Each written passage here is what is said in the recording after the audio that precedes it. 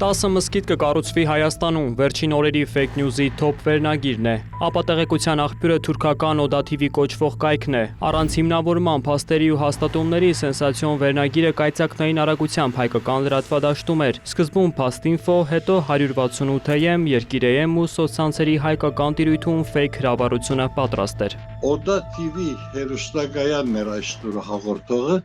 հետո անոնք մեկ կողմեն Ցախագոմյան երևացող, բայց հիմնականին ազգայնական շրջանակներ են, եւ ես կգարձեմ, թե սա Հայաստանի մեջ դեղի դալիք արձագանքները նկատի առնելով պատրաստված լուրմն է, որովհետեւ հիմք չունի Հայաստանը ինչ կարիք ունի 10 հատ մզգիտի, ով գիտեր այդ 10 մզգիտներուն այդպիսի իրողություն գոյություն չունի, Պաշտոնապես այդպես հայտարարությունը կամ բանջ մնալ չի եղած։ Իրավիճակը էլ ավելի է մտահոգիչ դառնում, երբ հայաստանյան որոշ լրատվամիջոցներ այդ տեղեկությունները, որոնք որ ակնհայտորեն ինֆորմացիոն պատերազմի նյութ են, վերցնում եւ հրապարակում են։ Այն բարձ պատճառով, որ դրանք կարող են,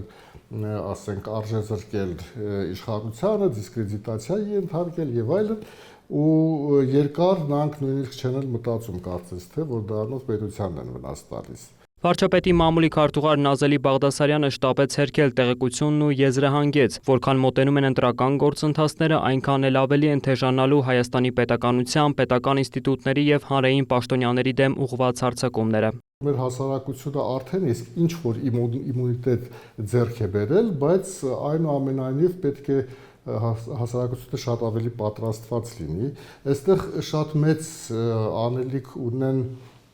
եւ լրագրողական կազմակերպությունները եւ որակյալ լրատվամիջոցները, որոնք որ պետք է աշխատեն իրենց իսկ լսարանի հետ,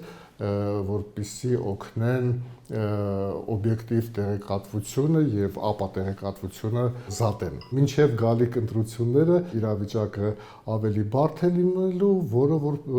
պահանջելու է մեզանից բոլորիցս շատ ավելի զգոն լինել։ Թուրքիա մեջ շատ քիչեր են որ կհետևին այդ լրահոսին, այդ հաղորդակցական միջոցին, բայց Հայաստանի մեջ այդ տարբերակը չեն գիտեր մարդիկ եւ նյութը լուրջ գրդան առնել բնականաբար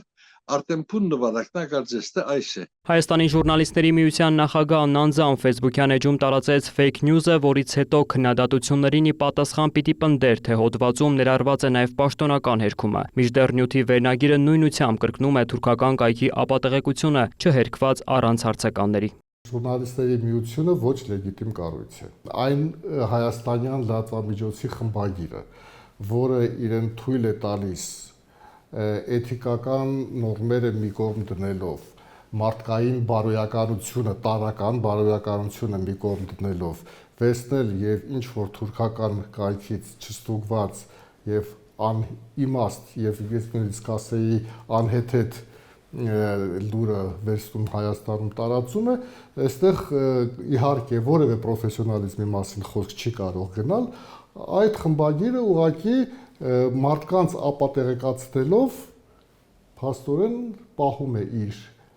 թերթը, այսինքն գումար է աշխատում եւ քաղաքական պատվեր է կատարում, ինչը շատերի համար արդեն ակնհայտ է։ Առաջին անգամ չէ, որ Oda TV-ն Հայաստանի ու կառավարության վերաբերյալ ապատեղեկատվություն է տարածում։ Ուղիղ 1 ամիս առաջ մեկ այլ սենսացիոն հոդվածը պնդում էր, թե իբր Նիկոլ Փաշինյանը հայտարարել է Սյունիքի մի մասը Ադրբեջանին փոխանցելու մասին։ Թուրքական դեղին մամուլի ոչ փաստահեն տեղեկությունը տարածել էին ադրբեջանական քարոզչական ռեսուրսները, ռուսամետ շրջանակներն ու հայաստանյան որոշ ԶԼՄ-ներ։ Մզկիթների կառուցման մասին կեղծ լուրերի տարածման շղթան դիտարկելով Civilnet-ի փաստեր ստուգող թիմը պարզել է, fake news-ին միացել է նաև ռուսական ծագում ունեցող հիբրիդային հարձակումներ համակարգող հայտնի ցանցը Storm-ը, որի ապատեղեկատվական արշավը թիրախավորում է ԵՄ երկրները, Ուկրաինան, վերջին շրջանում նաև Հայաստանը եւ վարչապետ Նիկոլ Փաշինյանին։ Մեր լրատվական դաշտը այնքան է հեղեղված ապատեղեկատվությամբ,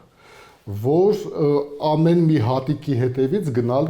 դա գրեթե անհնար է։ Եվ մեր առաքելությունը դրանում չի, մեր առաքելությունը այնուամենայնիվ ավելի գլոբալ հարցեր լուծելն է։ Լինի դա օրենսդրական առաջարկություններ, այդ իրավական կարգավորման բարելավում։ Աշխատավոճը գրեթե միշտ նույնն է։ Հոդվածը հրապարակվում է կեղծ, սկանդալային տեղեկություններով, ստեղծվում են տեսանյութեր ու լայնորեն տարածում սոցհարթակներում։ Նույն սխեմայով տարածվում են նաև Հայաստանի մասին հիբրիդային գրոհները, որին եռանդուն կերպով աջակցում են հայաստանյան որոշ լրատվամիջոցներ։ Վոլոդիա Մուշեղյան, Էդգար Դավթյան, լուրեր։